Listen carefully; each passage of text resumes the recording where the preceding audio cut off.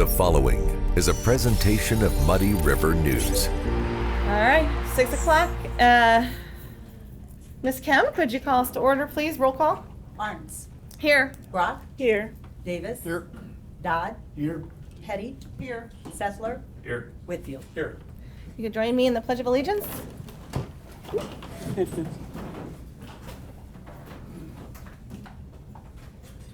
I pledge allegiance to the flag of the United States of America and to the republic for which it stands, one nation, under God, indivisible, with liberty and justice for all. Thank you. At this time, if there are any comments from the public?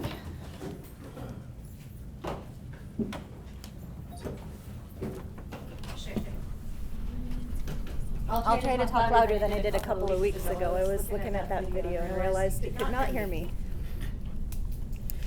Allison Huber, Quincy resident, in regards to get Denman Elementary issues.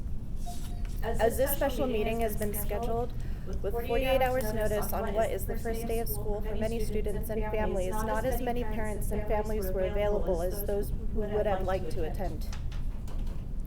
Speaking not only for myself, but also many PBS families were encouraged by signs that the school board is moving forward by taking steps to keep our children safe and respected while they're at school.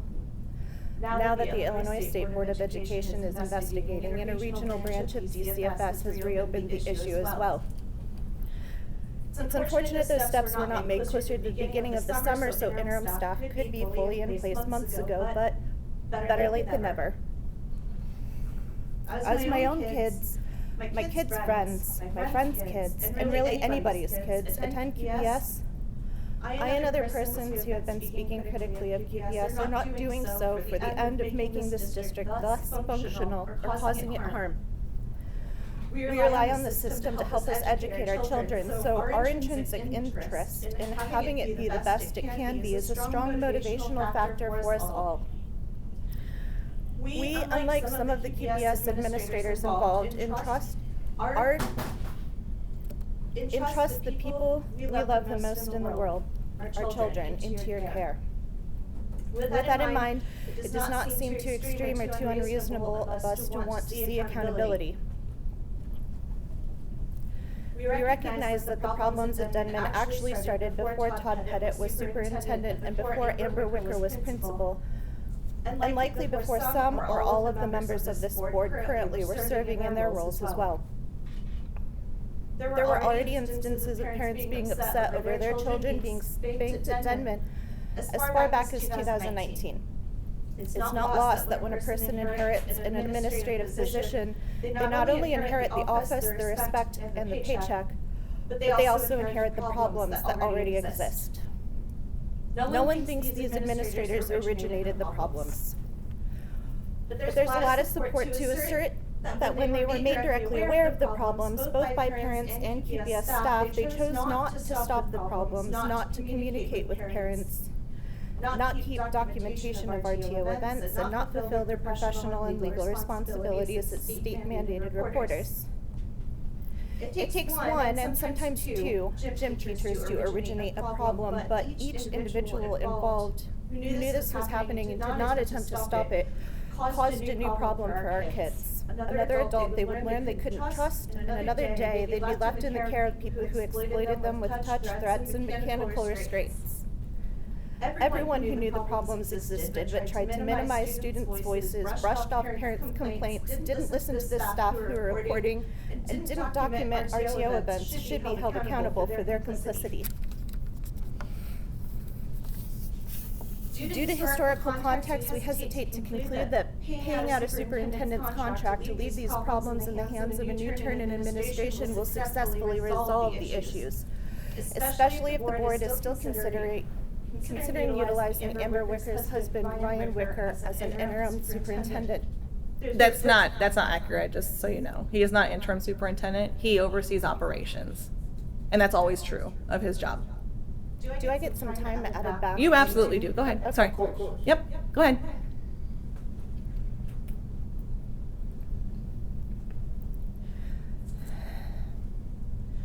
Especially if the board is still considering utilizing Amber Wicker's husband, Ryan Wicker, as interim superintendent. There's virtually no credible basis to assert Ryan Wicker has not been intimately aware of the problems and issues which his spouse was dealing with in her work life. So dismissing Todd Pettit because of his involvement with these issues only to put someone else who was involved in that office as superintendent has the appearance of conduct unbecoming for the district. Glad to hear that's not the case, as Correct. several PBS communications that were sent out did allude to. No, they did not. It's okay. I'm sorry. Go ahead. I apologize for interrupting.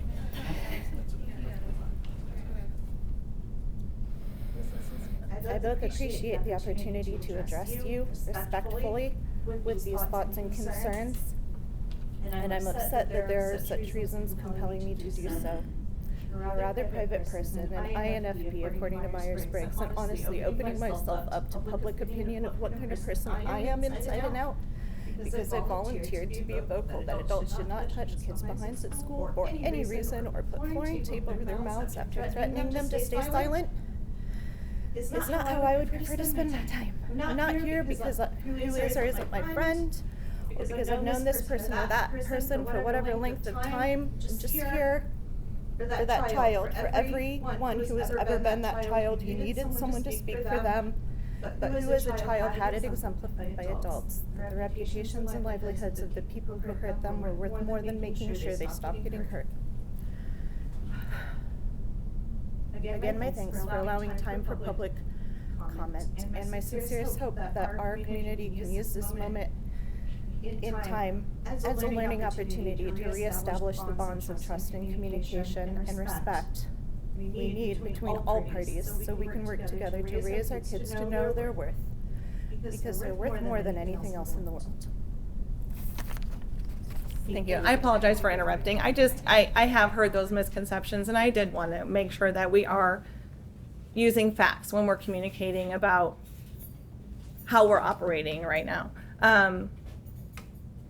As any time that our superintendent would not be present, we go ahead and we have our Kim Dinkiller, who is in charge of teaching and learning, oversee our academics, which are the principals, and the directors that involve directly in curriculum. And we always have Ryan Wicker oversee operations and management, which include our transportation, our maintenance, our IT departments. At no time have either been called an interim. They kind of work as acting and in place.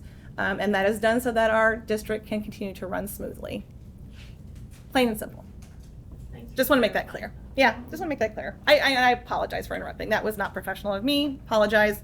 I've heard that, and I wanted to make it clear so that we don't have that confusion going forward. Is there anyone else that wishes to speak?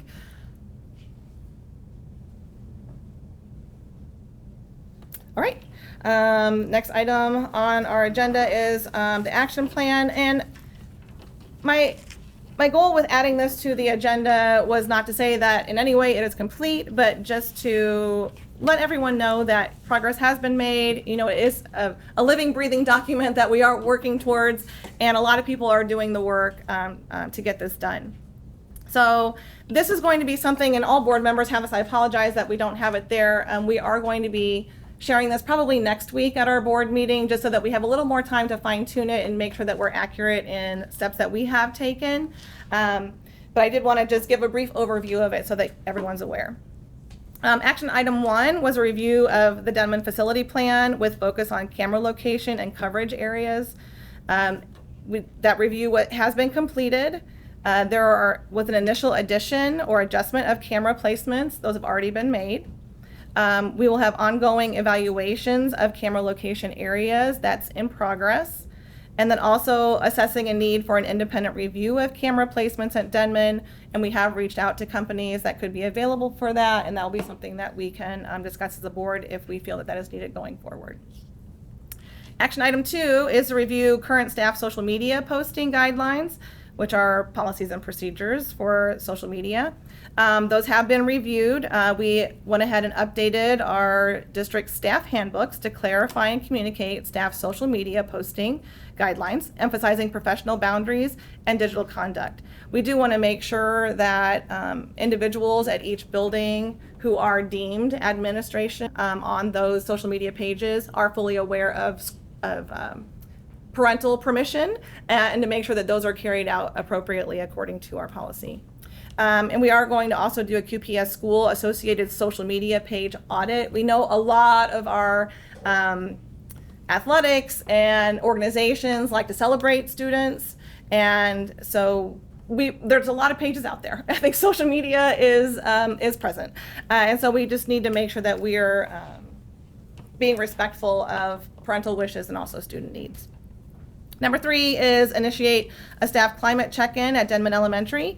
So what has been done is reviewed the 5 essential staff climate survey from spring 25 to identify areas of strength and opportunities of growth in 5 areas: collaborative teachers, involved families, ambitious instruction, effective leaders, and supportive environment. And then we also did want to, and this is still in progress, district leadership plans for small group and or individual check-ins with staff during the first trimester of the 2025-26 school year. And we did feel that once school started would be a better climate to have reaction of teachers, and so our goal is to have those done by the 1st of September. And action item 4 is to review and update the QPS complaint process. So there has been a review of current complaint process procedures for staff and family. There's also been a review of current district complaint process workflow. There have been some documents created. We're working through that process of, now that we've done the review, what are some next steps that need to be taken as far as refining that process. Okay, so like I said, we're trying to figure out the best place that this can live. Probably giving some ownership of it to Denman would be a good thing, because it is about them and their daily life and what they're going to be experiencing. And so that might be something that, we feel is best suited. But we'll definitely probably have more information next week. Any questions, board members? That plan? Action taken? Okay. All right, next item is to consider the QHS Theater Auditorium HVAC Emergency Health Life Safety Amendment. So, yeah, everybody knows we found some mold there on late Friday, started some mitigation over the weekend. Luckily, the all clear to go back into the building was today, and we will have students there tomorrow, so excited about that. I don't have the details of the actual amendment, so any... Just to clarify, this is for replacing the 6 compressors. 3 of the 6 failed, and you would know. It's recommended that you replace all of them because the other ones have been contaminated. So this is not any of the mitigation efforts. Those will be sought through the insurance claim. This is just getting the system back up running properly, so prevent this from happening again. There were also air purity tests that justified that it was clean. Yes. So the air was safe. There's tests again performed today to see if the remediation efforts were successful. We should get those back, I think, tomorrow afternoon. And that's within the theater itself, Yes, not... within the theater, but the rest of the building tested. Yeah, All that of it was already tested okay. below any dangerous levels, but obviously a little bit higher in the theater, but it still wasn't even a dangerous level. We're just taking the proper precautions, but every place else was untouched. Just for clarity's sake, the rest of the school was just perfectly fine. As far as that goes, it was just the theater itself that was the issue. Okay. Which is isolated with its own HVAC unit. So it was contained to that area from the beginning. But we did seal off all the doors and everything, so no spores or anything could escape. I was in there today and saw all the doors taped off, and I was impressed by the use of tape and all of that, so great job. Good. All right, any other questions? All right, then I would ask for a motion to approve the QHS Theater Auditorium HVAC Emergency Health Life Safety Amendment. So moved. I'll second that. Brock. Aye. Davis. Aye. Dodd. Aye. Petty. Aye. Sessler. Aye. Whitfield. Aye. Arns. Aye. The next item would be to move to closed session for the purposes of... Item A, appointment, employment of personnel, and J, attorney-client privilege. So moved. Second. Davis. Aye. Dodd. Aye. Petty. Aye. Sessler. Aye. Whitfield. Aye. Arns. Aye. Brock. Aye.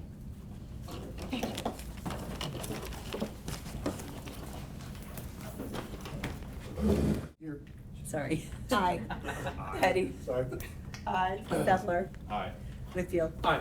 Arns. Aye. Brock. Aye. Davis. Aye. Damien's first day, sorry. It's okay. Before we get to items 10, 11, I did want to read something from the board. I am going to kind of stick closely to my reading. I apologize. It probably won't be as conversational as it might need to be, but I do want to make sure I'm intentional with my words because we did put a lot of thought into how we want to communicate this. First off, to our community, who are our responsibility. We recognize that our communication to the families directly involved took too long. This delay left important questions unanswered at a time when clarity was needed. Your concerns were real and understandable, and we regret you felt unheard. We're committed to learning from this and improving how we respond and communicate moving forward. As your voice in the school system, we recognize the importance of sharing our action plan and next steps.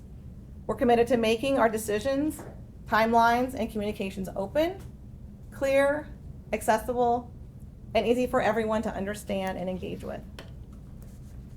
To our staff, who are our heart.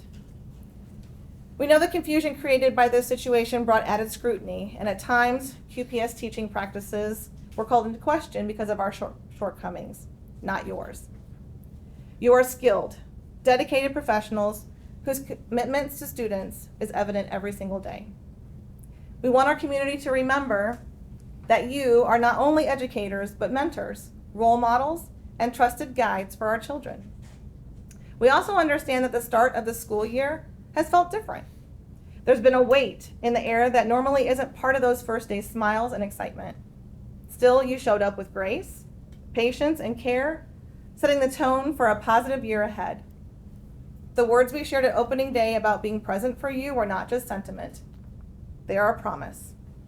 And we remain committed to standing alongside you in this important work. And finally, to our students, who are our purpose. We're deeply sorry that some of you felt unsafe.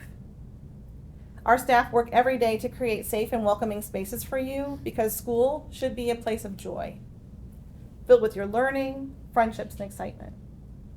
Watching you return this morning, seeing your smiles, hearing your laughter, watching you seek out your former teachers after a long summer reminded us of why we do this work. Your sense of wonder and trust should always, always be protected. We will work every day to see that it's done.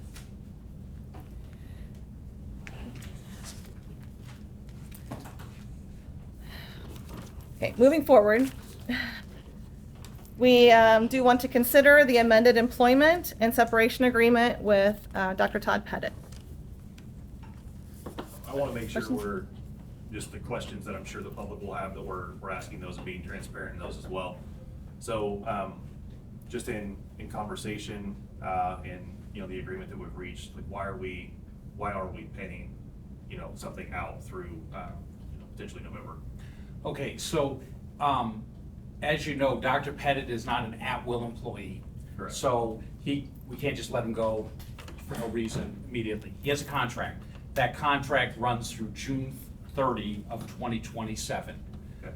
The board has indicated, and I think Dr. Pettit is by mutual agreement understands that it's trying to move forward with new leadership, but also obtain the necessary legal protections for the district in doing so.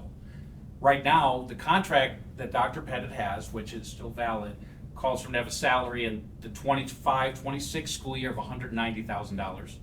In the 26-27 school year, until June 30 of 2027, it's $195,000.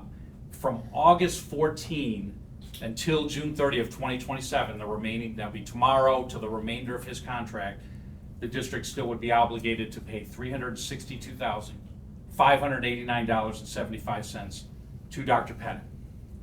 As a result of that, the board and Dr. Pettit have come together to reach a mutual agreement that is now up for your consideration to shorten the length of that contract and allow QPS to transition to new leadership and to allow Dr. Pettit to move forward as well.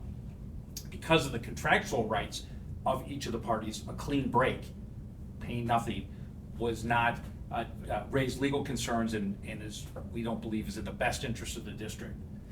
Also, reassigning him, as you could do under the contract, could be done, but he would remain at the same salary, in the same contract term, which did not seem to be where the board wanted to go, and I don't think Dr. Pettit did either. Okay. There's also a buyout provision that was in there that would result in a payment of $43,750, which would mean a no-cause buyout. But the district wouldn't have some of the protections that have been placed in this agreement.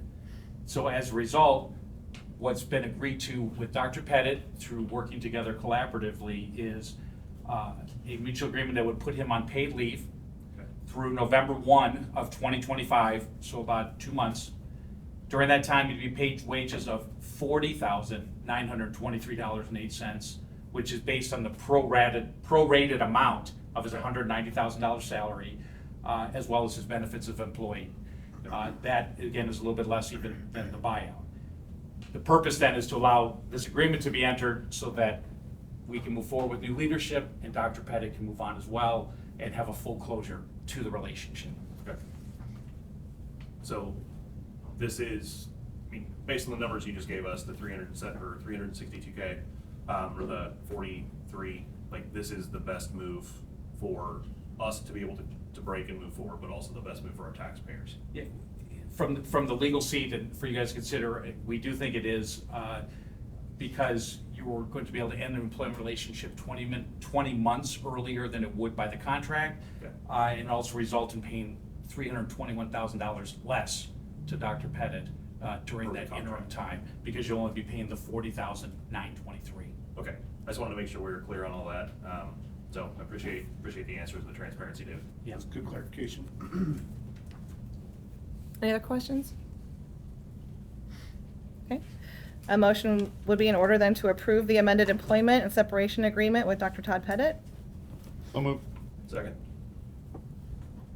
Petty, Aye. Settler, Aye. Whitfield, Aye. Arns, Aye. Brock, Aye. Davis, Aye. Dodd. Aye. Next item would be to consider the appointment of the interim superintendent. Just to clarify, then again, since Dr. Pettit will be on paid leave, he will not be performing any duties in the role of superintendent, which then leads the district to be required to have an interim superintendent who is an individual that is licensed to be a superintendent, and that is who is being brought before the board. Cal Lee who is being proposed in an agreement with that, because not just anybody can be an interim superintendent.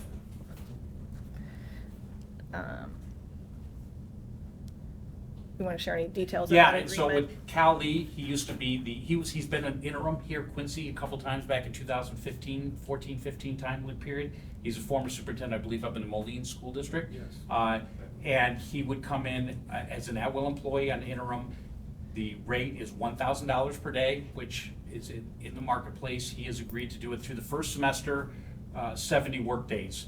There is some limits because he's retired and a TRS retired employee, so he can't just be hired to be the new superintendent. So you bring a superintendent to do that, and he has graciously agreed to commit to us through the first semester to work with the district as he has in the past. And to be clear, it's up to 70. Correct, so if something changed or we found another superintendent or whatever, because it's at will, that could end, and Cal understands that and is perfectly agreeable. Any other questions? All right, the motion would be in order to approve the appointment of interim superintendent Cal Lee. So moved. Second. Settler, Aye. Whitfield, Aye. Arns, Aye. Brock, Aye. Davis, Aye. Dodd, Aye. Petty. Aye. Last item, motion to adjourn.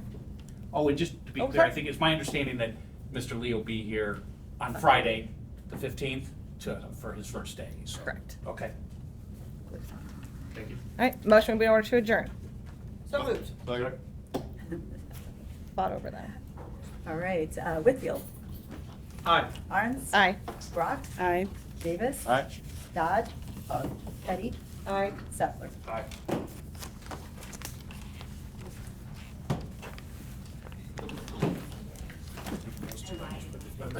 Michelle's gonna take everything all at once. Yeah.